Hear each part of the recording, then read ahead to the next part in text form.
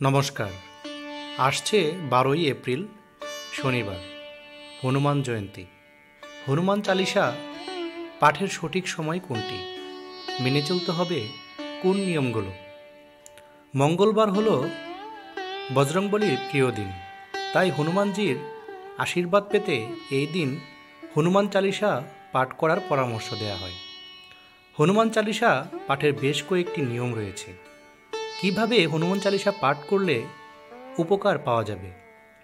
কয়েকটি নিয়ম রয়েছে, জেনে নিন কোন সময়ে কোন নিয়ম মেনে হনুমান চালিসা পাঠ করলে প্রচুর উপকার পাওয়া যায়।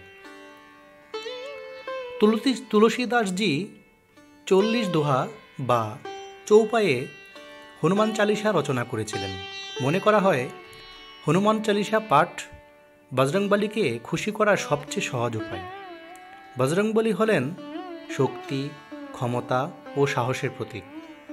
দীর্ঘদিন ধরে রোগে আক্রান্ত থাকলে হনুমান চালিসা পাঠ করে সুফল পেতে পারেন।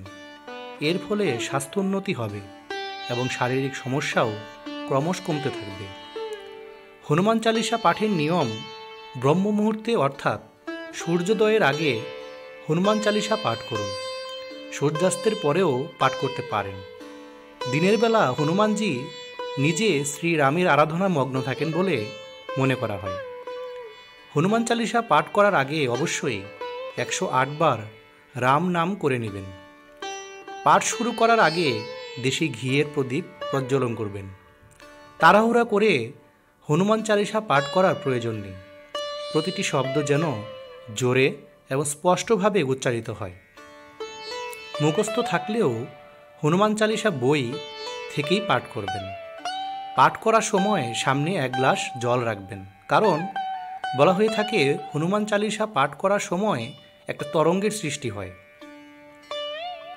এই তরঙ্গ ও গ্লাসের জল শোষণ করে, তাই পাঠ শেষে ওই জল আপনি পান করলে পজিটিভ ভাইব্রেশন আপনার মধ্যে প্রবেশ করবে।